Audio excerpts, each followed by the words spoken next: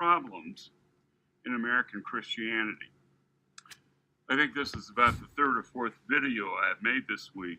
And for those of you that are my true believers that take all of my classes, you may think I look a little bit different than I normally do. And that's true for a couple of reasons. Number one, I'm taping this at Sky Song, which I love so much better than the little closet I was in at Core. Got a great person with me doing all of this. And the other thing is, over the summer, I guess actually starting in the spring, I had a problem with my nose that affected my breathing and was cosmetically very bad. My nose kept growing and growing and growing, and it's a condition called rhinophyma, sort of the W.C. Fields nose. And no, it is not related to alcohol. So I had that done. And if you see on the right side, those red lines supposedly will go away in a few more months. But next month, I'm headed back. I'm really becoming the new Michael Jackson. You know, I'm just going to have all this plastic surgery and hopefully it'll stop. Seriously, my brows have always been low. And so I've been losing my peripheral vision off to my side. So on my computer screen all the time, I almost have to prop open my eyes. So I don't know if I'm going to like what I look like. So my face literally is in the hands of a surgeon, hopefully a very good one. What I want you to do now is listen to the following song. It's called What a Beautiful Name, and it is associated with a religious group called Hillsong. Hillsong started in Australia. I'll get into their history in a bit, just in passing in this lecture. But they're rapidly growing, and they have really garnered the support of the hipsters and the sort of the Hollywood wannabes, hangers-on. Justin Bieber is a member, and of course he just got engaged or whatever to a Baldwin's daughter, and they're both members. So that's really the kind of people they attract, as well as a generational, imagine chiefly among millennials, that you will see in this music video. Look at the people on the stage and look at the people in the audience, and you'll get a feel for the cohort, the age, the generation. This song, I believe, it's called What a Beautiful Name. It's a beautiful song. Has won Grammys, so it has crossed over, not just traditionally gospel or praise music, whatever they call those things, but it has been picked up and won awards in the secular world. So here it is. What a beautiful name.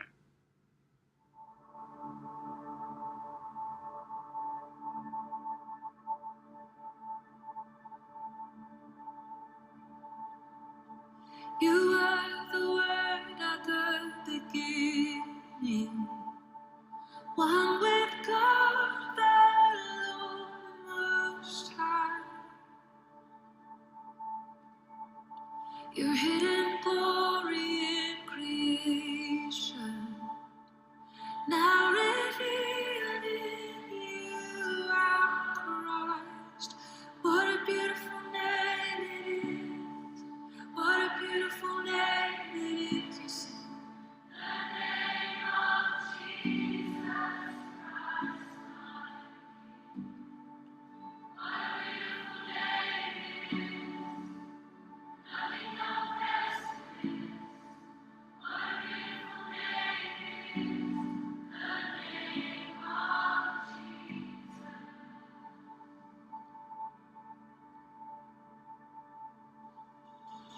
He didn't want heaven without us.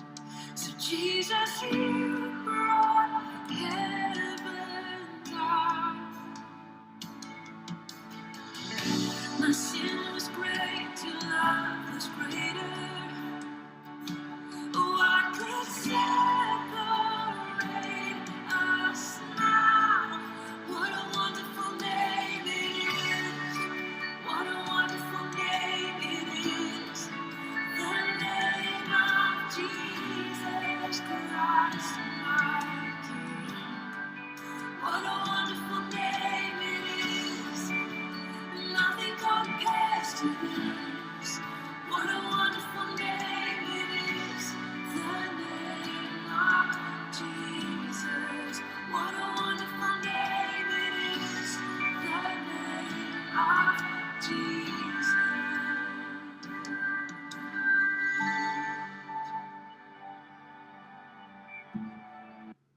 I played that same song that you just heard for an Osher group, Osher, largely retired people.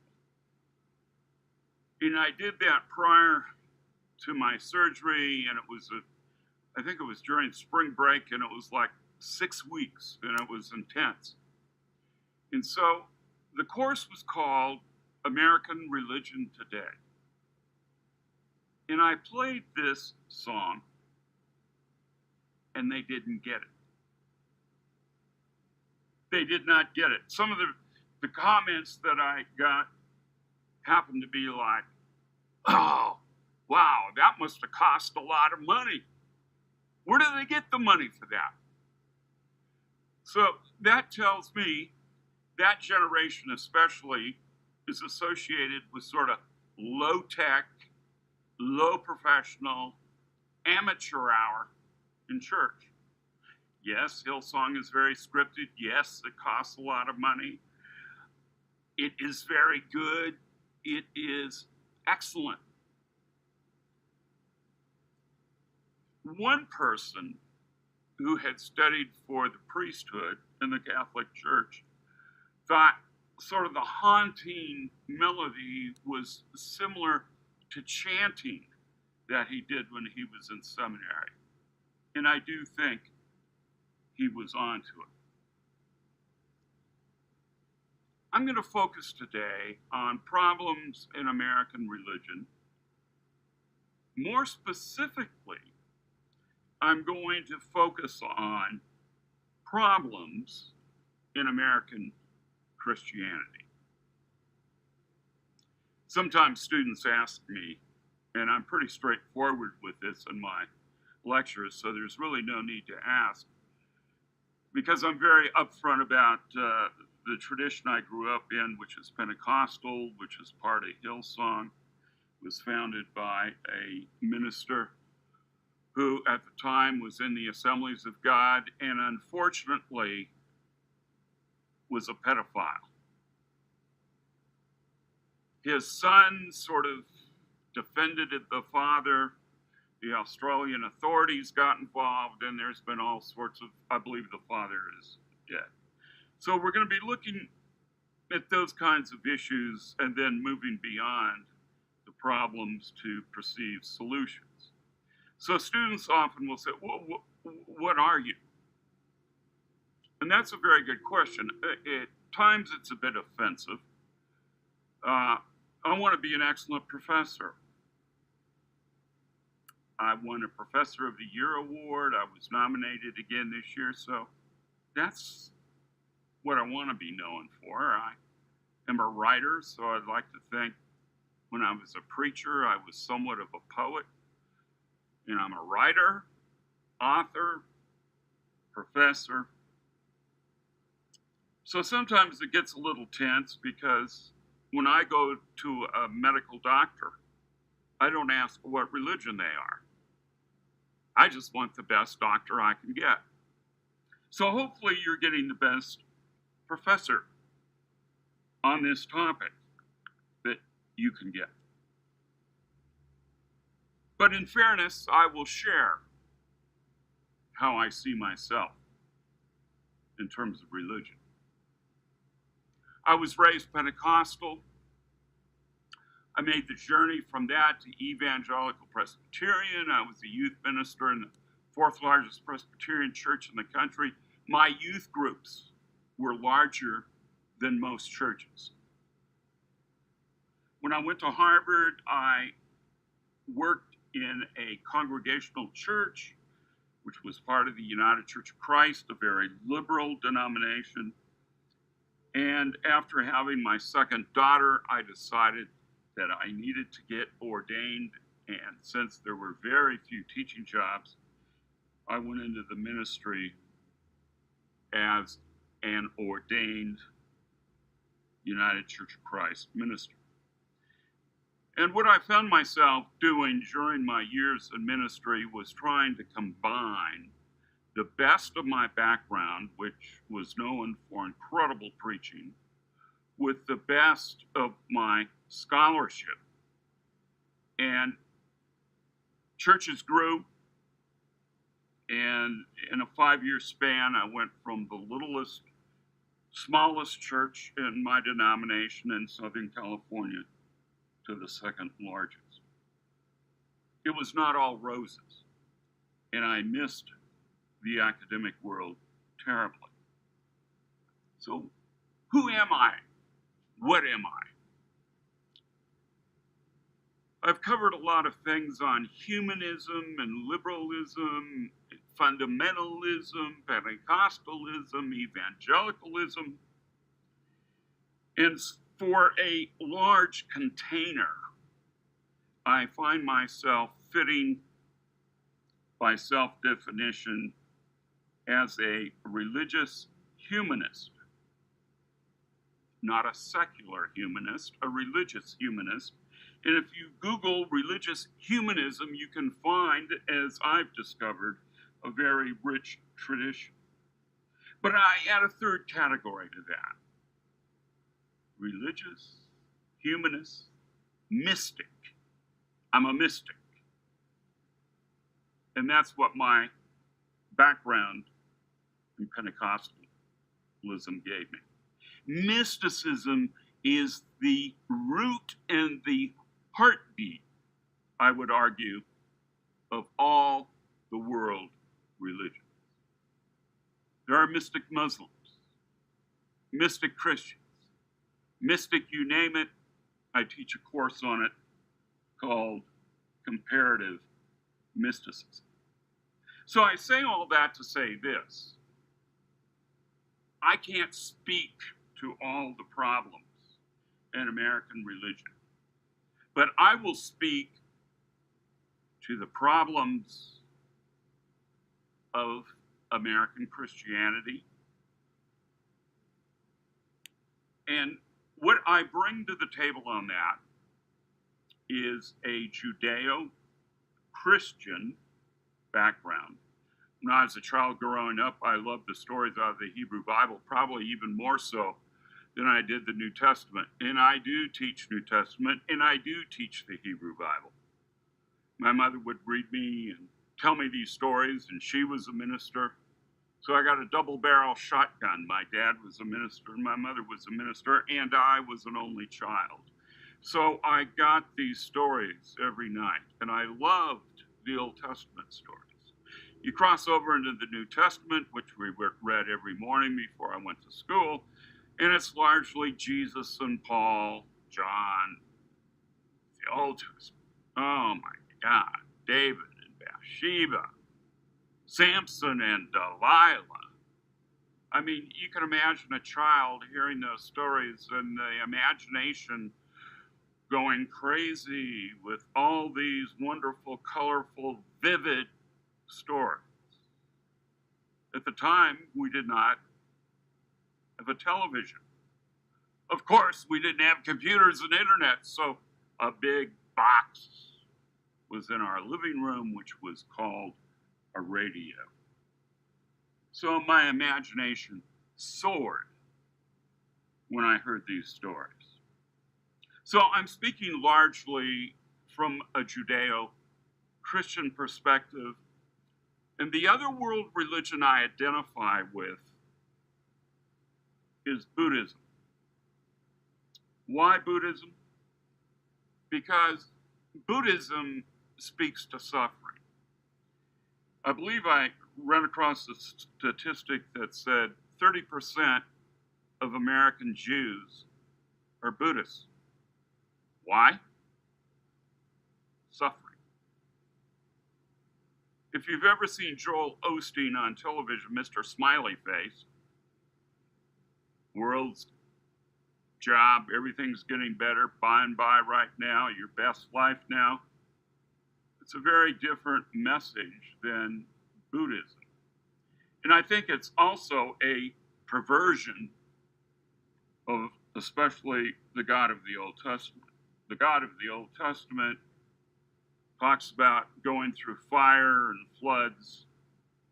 So that God is not a prophylactic God. That isn't a God that protects you from bad things in life, but it's a God that says, you are mine, I have called you by name, and when you go walk through the flood and go through the fire, Yahweh will be with you.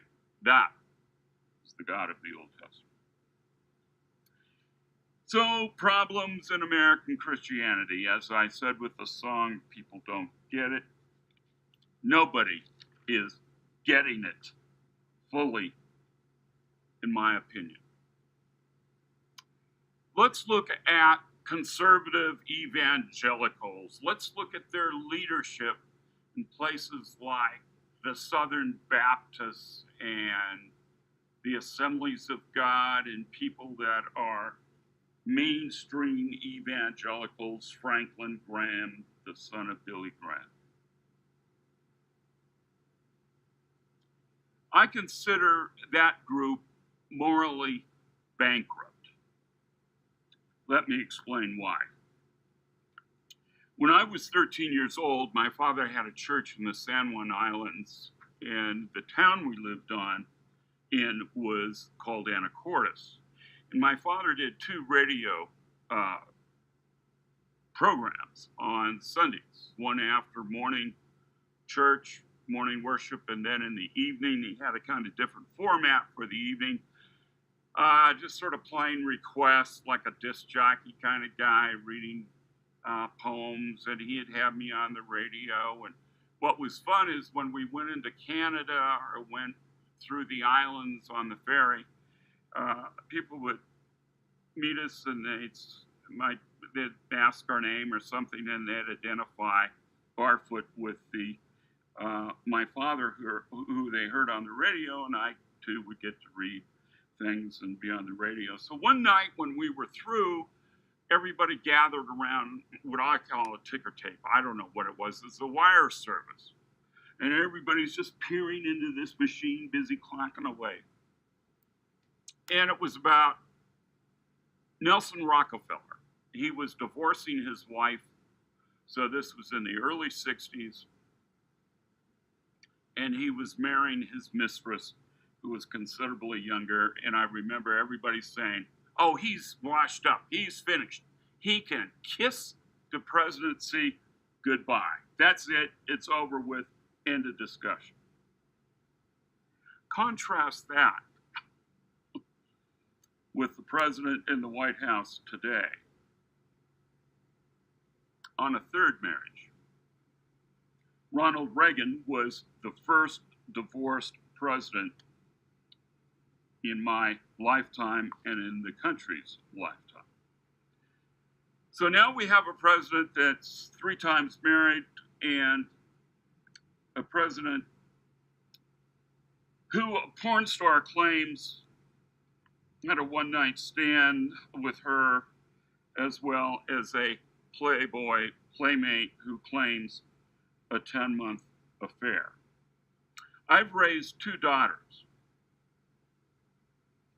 and it would be difficult to be raising them, I think, if they were at a very young age today. Daddy, what is a porn star? I'll explain it to you later, honey. Mainstream evangelicals have supported Donald J. Trump almost as if he is the second coming of Jesus Christ. Why is that? Well, mainstream evangelicalism is wedded to the right wing of the Republican Party. That's it in a nutshell. There are various reasons for that. When I passed through the doors on the first floor coming into SkySong, I saw this big television monitor that was giving the headlines of the news. And then I saw at the bottom that they were feeders, I guess, coming in from, I think it was CNN, CNBC, Fox News. So I thought, well, nobody could consider ASU as just a dispenser of, quote, fake news. I try to watch very little television, but when I do, it's late at night when I'm having my Sierra Nevada. And what I do, especially during these wonderfully entertaining times politically, is I go back and forth between Fox, Laura Ingraham, what's his name, Hannity, watch Brian Williams. I go back and forth. And it's the finest comedy hours, I think, that's available. So I'm staying out of politics, but I'm looking at the reality. And I'm not the only one that's come up with this observation. The evangelical mainstream is hook, line, and sinker in with Donald J. Trump. And it did not start with Trump.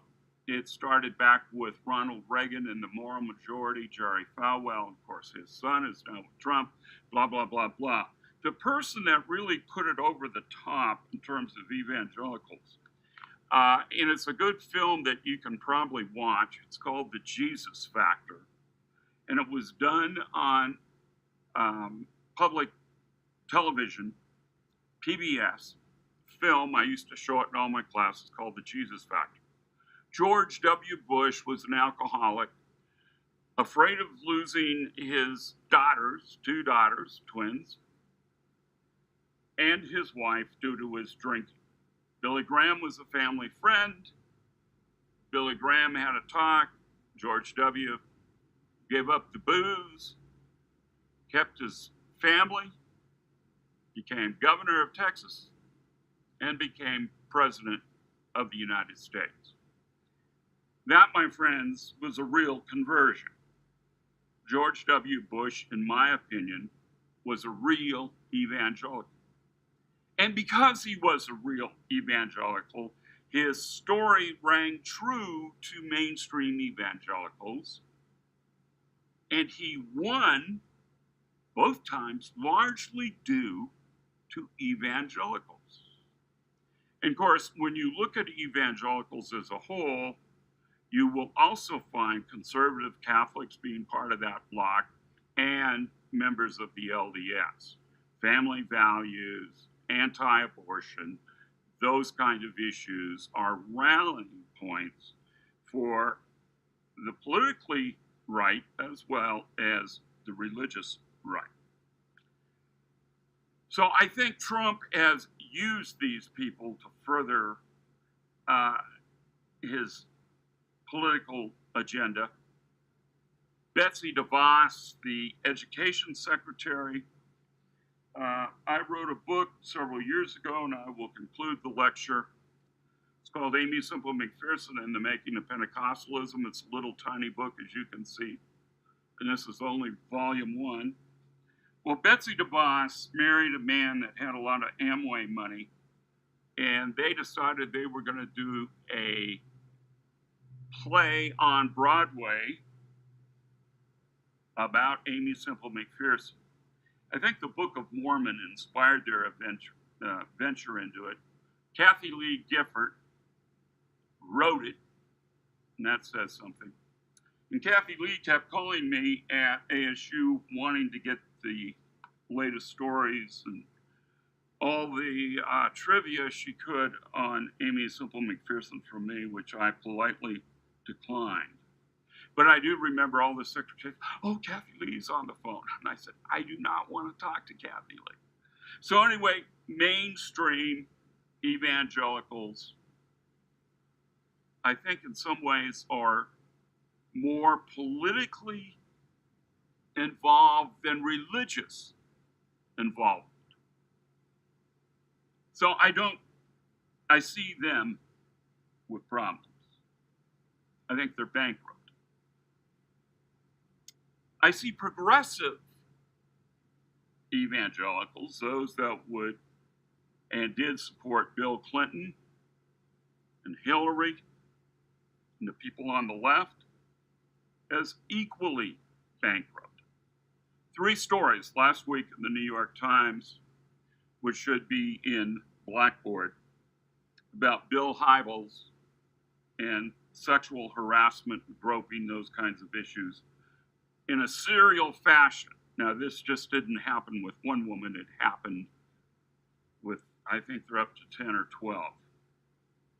Well, Hybels was the poster boy for Seeker Services, the Willow Creek model. Everybody has imitated and aped. Even being ordained in the United Church of Christ, when I was brought to Tucson to start a new church, they hauled us off to Willow Creek to see how Bill Hybels did. That is bankrupt. The Catholic Church this week, state of Pennsylvania, going back to 1947. No point in even talking about it. What did the Pope say yesterday? Shameful and sorrowful. Catholic Church doesn't get it. They're morally bankrupt. And yes, even the tradition I was ordained in, American liberal Protestantism, doesn't get it either.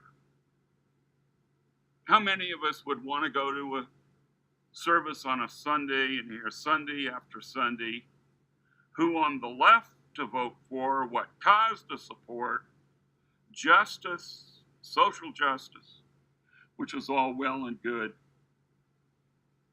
but in the words of Jesus or in the New Testament, people are getting a stone instead of bread. They are no longer viable. They're now known as progressives. Denominationalism is dead and dying.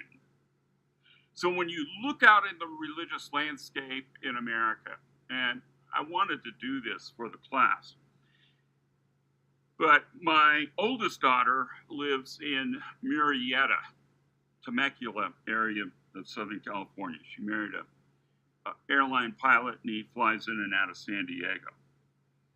And Lisa was attending a Methodist church before a recent move. They came from Charleston. And so I Googled the Methodist church to read their newsletter and just, oh my God, just Google churches in Murrieta, California. Rock Church. I can't even come up with all the names. And most of them advertise themselves as non-denominational. That gets me to my final point on what churches I think are failing. There are churches that I call stealth churches. And I invited some of them to take part in this lecture, and not one of them responded to be here. I wanted them simply to tell their story, for me to ask questions. So they will advertise themselves. There's one, 2911 or whatever that is. It's in Tempe, and I think they're doing one in Apache Junction. So you Google them, look on their website, you see this clever little thing, 2911. I don't think you can find anywhere that they're associated with the Assemblies of God, the tradition I was raised. They're a stealth church. They're a deceptive church. It's false advertising. They're not proud of who they are. Now, maybe that's because we are moving into a truly non-denominational world, and the denominational age has passed. I think it has. But I think churches need to be honest. When I graduated from Princeton Seminary and was on my way to Harvard, my dad had very little money. None of it came my way. So I worked all these jobs. And my preaching professor at Princeton got a call from the school that was associated with Rutgers, which was associated with what we call the Reformed Church in America. But back in that day, they were called the Dutch Reformed. So they called Princeton saying, we need a preacher that can do 2 or 3 services on Sundays. So I was recommended, and off I went all over New York State. Most I had were 3 services on a Sunday morning, and they were called Dutch Reformed. Part of the United Church of Christ was called Evangelical and Reformed. Germans. So a lot of churches, African Americans especially, were tied in because of racial and ethnic identity. Thankfully, we don't live in that world, but for many, many years, following Abraham Lincoln and the Civil War, we had a Methodist church south, a Methodist church north, a Presbyterian church south, Presbyterian church north, all because of slavery. Southerners supported it, Northerners preached and reacted against it. Mark Driscoll, one of my students turned me on to Mark Driscoll, Mars Hill in Seattle. That is a phenomenal read for you. I was interviewed by public radio about him. That whole empire of his collapsed, which might even be worse than what's going to happen to Willow Creek. Mark Driscoll is now where I'm standing in Scottsdale, opened a new church. He too was invited to come for this lecture. He too declined. Aretha Franklin passed away yesterday. And there's a clue to American religion with Aretha Franklin. She, like so many black performers, grew up in the church. For Aretha, it was not only the church, it was her church because her daddy was the preacher. In the 1960s, a book came out of Berkeley called To Comfort and to Challenge. It was a sociological study of the Episcopal Church, and it found 2 extremes, the left and the right. I'm going to use the left, I guess we'll use it this way. Well, the title of the book was To Comfort and to Challenge. So to comfort is more on the right, to comfort and to challenge on the left, which is social gospel, social justice, those issues. The black church has successfully integrated both. The mainline Protestant liberalism, they have done the challenging, but they have failed to provide the comfort. So it's a delicate balance between challenging and comforting. Martin Luther King Jr. challenged America as well as the church, but he grew up in a comforting environment. The two came together beautifully in the church. So an Aretha Franklin, a Toni Braxton, any soul singer that has talent, it is first displayed in the church in that wonderful, comforting, supportive family tells them they can be anything they want to be, and they go onto the stage of the wider world. So in my nightly ritual and habit of switching channels, I ran across a beautiful black woman who had been on The Apprentice,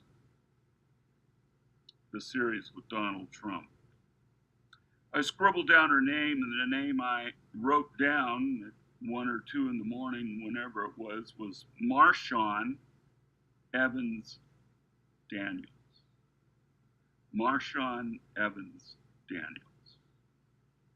Very beautiful and articulate African American woman who ventured to say the same things I have just said, that evangelicalism has been set back years. Why? It's on the wrong side of history. I tend to listen to people that know what they're talking about.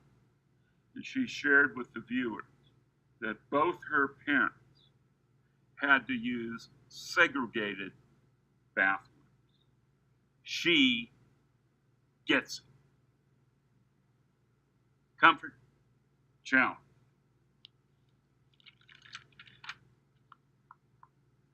So back to the video, the 2 minutes that you saw. What a beautiful name. So to overcome these kind of problems, I humbly suggest religion, American Christianity, which I can speak from experience, needs to be less divisive, less dogmatic, less moralistic, more humanistic, more intuitive, more in the feelings, more mystical, and in the buzzwords today, more spiritual, less religious. And so my students that are watching this, I am guessing that the majority of you are millennials. And so I address the concluding words to you. Soon, if not now, the world is in your hands. That includes religion. That includes politics. That includes education. You name it, you soon own it,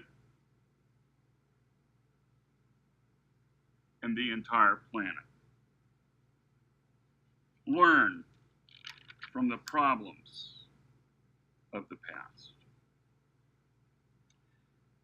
When I was doing the research on my book, I was in my 20s when I landed a book contract to do a biography on this woman. And I started the research, and then when Rupert Murdoch bought Harper's, both my publisher and editor left. And so I carried around Amy, as I call her, for many, many years, and was heartbroken when I was on the church, because I'd look on my study floor and there Amy was in boxes. So the great thing about coming to ASU, and for me it's all been wonderful, is that I was able, and my wife was able, to complete the research and do the book. As I said, it's 400 plus pages, 500, I don't even know what it is. But what I did with this was, I did too many things. I looked at women in religion, I looked at healing in religion, I looked at religion in the West Coast, as well as trying to do a religious biography of this woman. So I read far and wide. Let me share the words that I put in my preface. Presbyterian Church is largely divided. The 4,000 membership church that I worked in Newport Beach is no longer the mainstream Presbyterian church over the issues of homosexuality, and they have gone into a conservative church. I found these words from Henry Van Dyke, written a long, long time ago. Henry Van Dyke lived in the late 1800s through early 1900s. He did his undergraduate work at Princeton University, he did his seminary work at Princeton Seminary, returned to the university as a full professor, head of the Department of English Literature, was a friend of Woodrow Wilson, who was the president at the time, not of the country, but of Princeton University. When Wilson became president, he took Van Dyke and made him an ambassador to the Netherlands and other places. And he was a Presbyterian preacher as well as a poet. He wrote books, wrote poetry. He looked at his church, which was dividing and divided, some of which was due to slavery.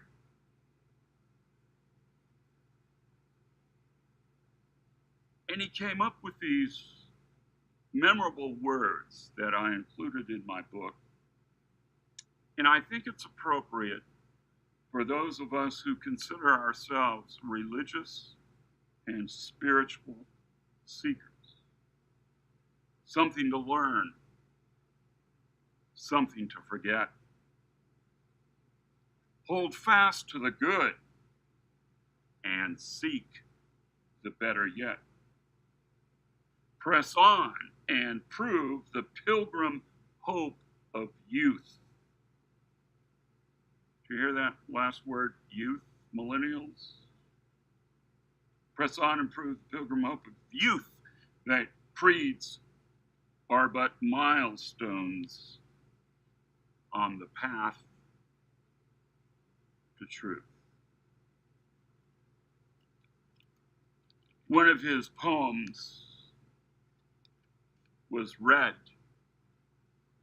at Princess Diana's funeral.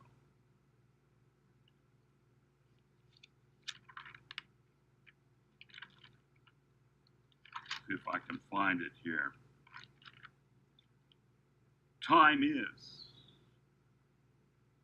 is too slow for those who wait. Time is too swift for those who fear.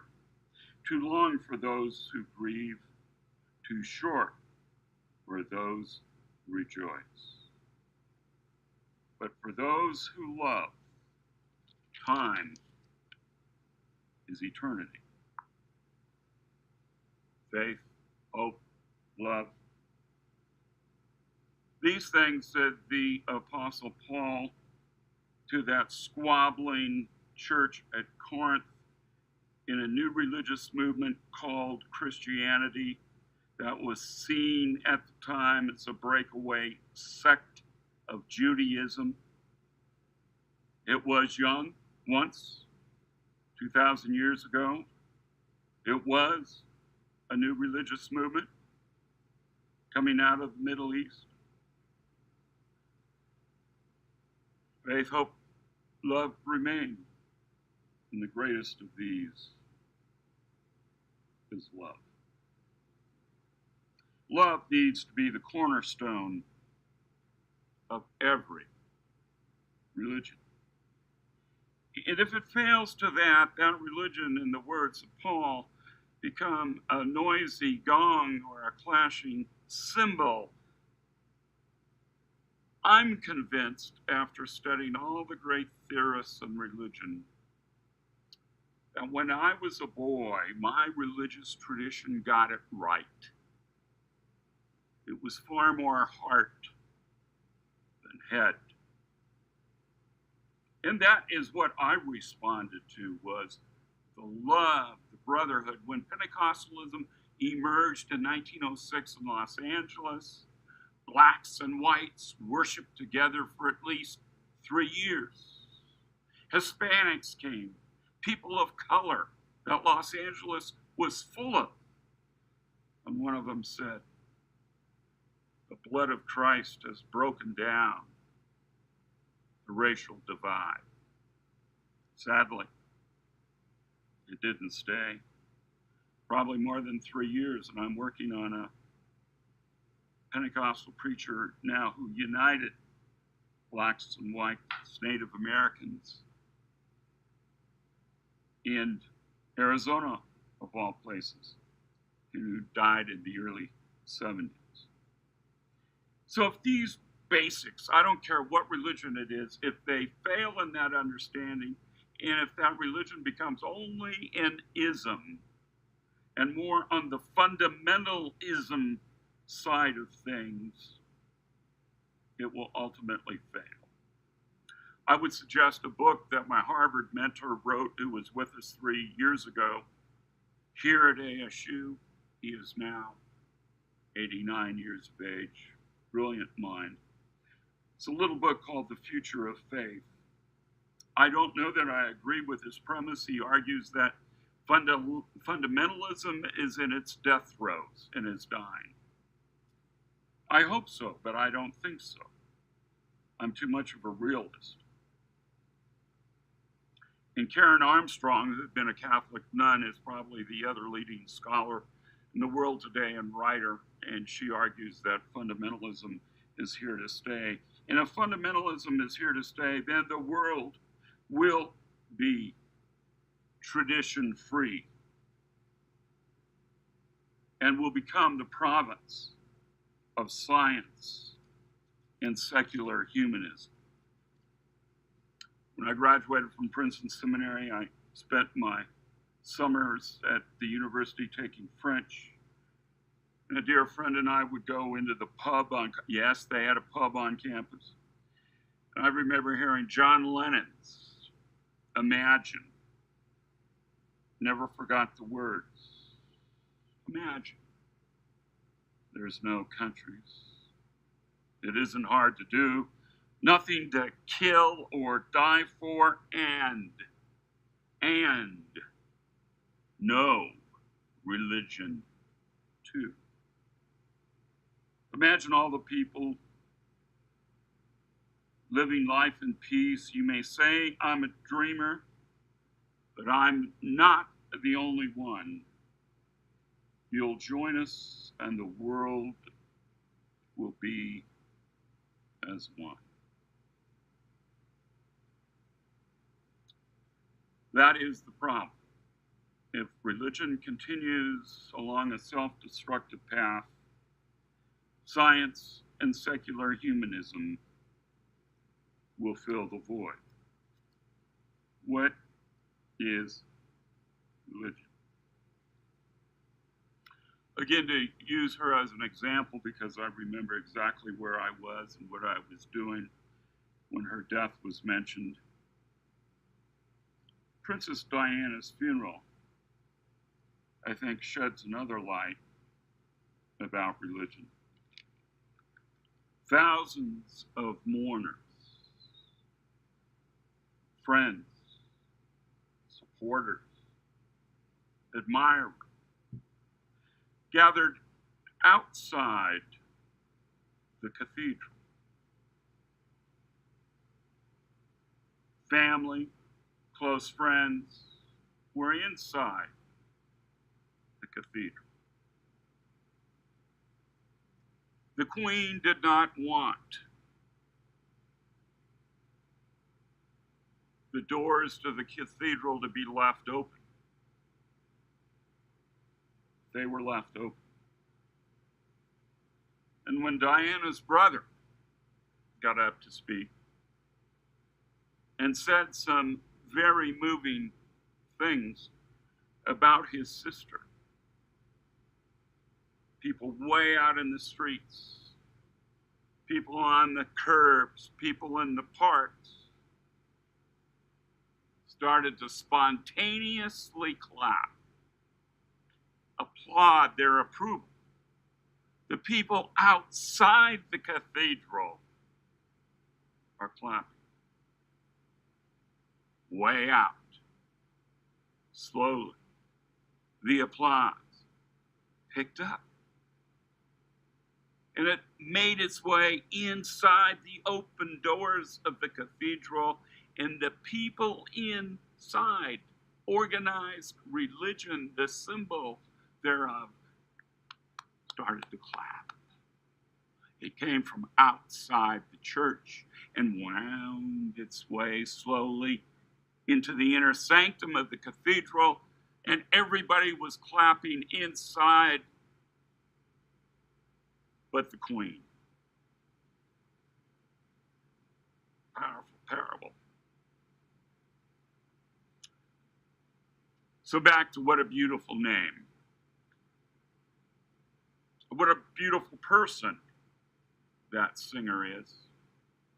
I looked her up. I can't remember her name because, as I said, I showed that video for an Osher class for older people that did not get it. Reminded me of the time I took a very large church in San Diego County. And in 1996, so what, 30 years after the fact, I quoted a Beatles song, and I'll never forget an old gentleman met me at the door and he goes, I don't get this contemporary music that you quoted. Contemporary, 30 years ago. Well, I can tell you, he certainly didn't like Toni Braxton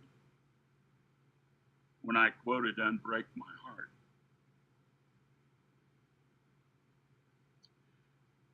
So the gal that sings this song grew up outside the church. Her father, I think, is a well-known rugby player. And as the story goes, she was in a city, a town,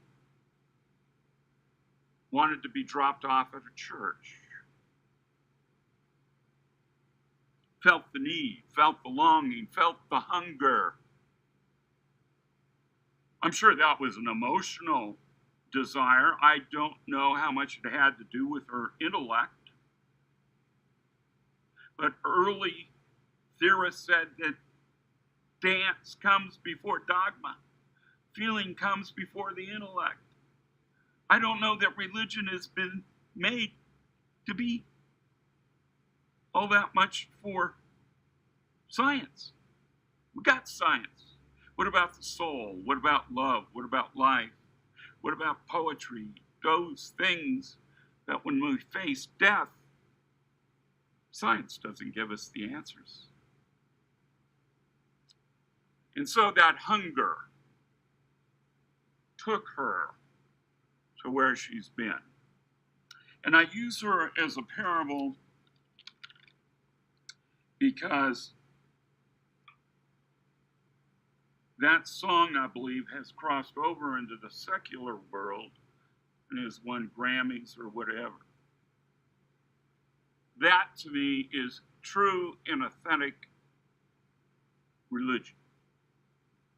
Aretha Franklin's soul music touched the souls. The people, whether they were black, white, brown, red, it did not matter. And so should it be with religion. So to me, and maybe some of you will help create a new religion in your lifetime. I have no idea. I know the world needs new answers. But when the best of religion comes along, it seems to me that problems are overcome when people's deep needs are being met. When they feel that deep down inside, that little small voice that they communicate with on a daily, if not hourly basis.